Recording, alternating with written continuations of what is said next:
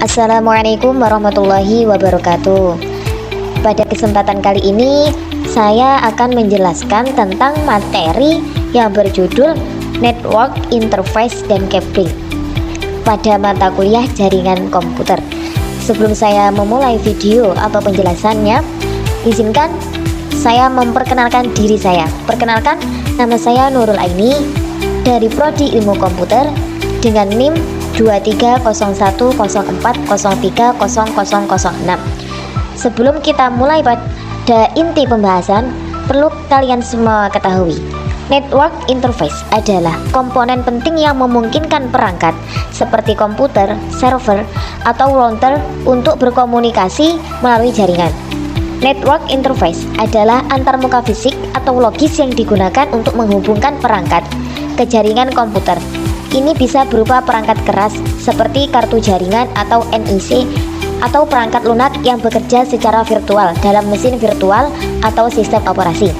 Sedangkan cabling adalah saluran yang memungkinkan perangkat keras jaringan berkomunikasi dan membawa data dari satu perangkat ke perangkat lainnya.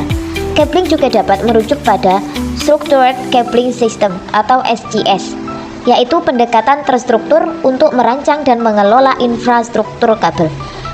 SCS merupakan sistem yang terdiri dari pengkabelan dan perangkat keras yang bersangkutan. Pada video kali ini, saya akan menjelaskan apa saja perangkat jaringan beserta sarana kabel atau nirkabel yang harus digunakan dalam membangun sebuah jaringan komputer. Perlu kita ketahui, dua komputer atau lebih dapat saling terhubung pada berbagai sumber data dikarenakan adanya perangkat jaringan yang menjembati kedua komputer tersebut. Terhubung ke suatu jaringan, baik jaringan lokal, wifi, maupun internet, maupun sharing hardware, misal sharing printer agar dapat digunakan satu ruangan, semua itu memerlukan yang namanya perangkat jaringan komputer. Perangkat keras jaringan komputer merupakan perangkat yang digunakan untuk mencapai tujuan dari fungsi jaringan komputer itu sendiri, seperti berbagi sumber daya, berkomunikasi, dan lain sebagainya. Yang pertama adalah perangkat jaringan hub. Hub adalah alat yang menghubungkan beberapa perangkat lainnya secara bersamaan. Hub juga bertindak sebagai pengulang karena menguatkan sinyal yang memburuk setelah melakukan perjalanan jarak jauh melalui kabel penghubung. Hub merupakan alat yang paling sederhana dalam rangkaian perangkat penghubung jaringan karena menghubungkan komponen LAN dan protokol yang identik. Hub dapat digunakan dengan data digital atau analog, asalkan pengaturannya sudah dikonfigurasi untuk mempersiapkan pemformatan data. Selanjutnya, access point. Access point terdiri dari antena dan transceiver yang digunakan untuk transmisi dan menerima sinyal dari klien atau sebaliknya. Dengan adanya AP ini, kita dapat terhubung dengan jaringan LAN secara nirkabel. Dengan kata lain, access point ini berfungsi menghubungkan dua jenis jaringan yang berbeda, yaitu antara jaringan wireless dan jaringan LAN. Tidak hanya itu, dengan access point ini kita juga dapat membuat hotspot yang memungkinkan pengguna lain terhubung dan bertukar data melalui jaringan hotspot yang telah kita buat. Selanjutnya, repeater. Repeater adalah perangkat jaringan yang memiliki fungsi memperluas jangkauan sinyal wifi dari server atau perangkat lain bisa terhubung.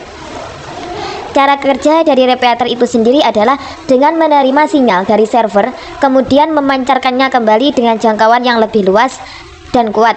Dengan kata lain, sinyal yang lebih lemah dapat dipancarkan kembali menjadi lebih kuat dan luas. Lalu, selanjutnya adalah kabel jaringan. Kabel jaringan merupakan media transmisi berbentuk kabel yang digunakan untuk menghubungkan dua komputer atau lebih untuk saling bertukar data satu sama lain. Meskipun kini terdapat banyak media transmisi nirkabel wireless, penggunaan kabel jaringan wired masih tetap populer dan masih banyak peminatnya. Selanjutnya, bridge. Bridge merupakan perangkat jaringan yang memiliki fungsi memperluas suatu jaringan, sekaligus membuat sebuah segmen jaringan. Bridge akan memetakan alamat internet dari setiap titik yang ada pada masing-masing segmen network. Kemudian bridge akan menyeleksi dan hanya memperbolehkan perpindahan data tertentu saja. Cara kerja bridge yaitu mengenali alamat MAC yang mentransmisi sebuah data ke jaringan. Kemudian bridge akan membuat tabel internet secara otomatis, di mana tabel ini dapat menentukan segmen mana yang akan di routing maupun yang akan difilter. Selanjutnya, WirelessCard. WirelessCard adalah salah satu perangkat jaringan yang dapat menghubungkan dua device secara nirkabel atau tanpa menggunakan media kabel. Dengan menggunakan WirelessCard, dua komputer atau lebih dapat saling terhubung melalui jaringan Wi-Fi tanpa harus menggunakan kabel jaringan. Selanjutnya, LAN card. LAN card sama halnya dengan perangkat jaringan yang lain. LAN card juga berfungsi menghubungkan dua atau lebih komputer dengan menggunakan media kabel.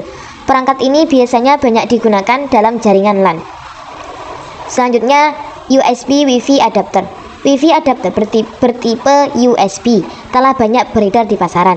USB Wi-Fi adapter dapat dijadikan solusi bagi Anda yang galau karena Wi-Fi card bawaan laptop atau komputer Anda bermasalah, sehingga Anda tidak bisa terhubung dengan jaringan Wi-Fi atau hotspot.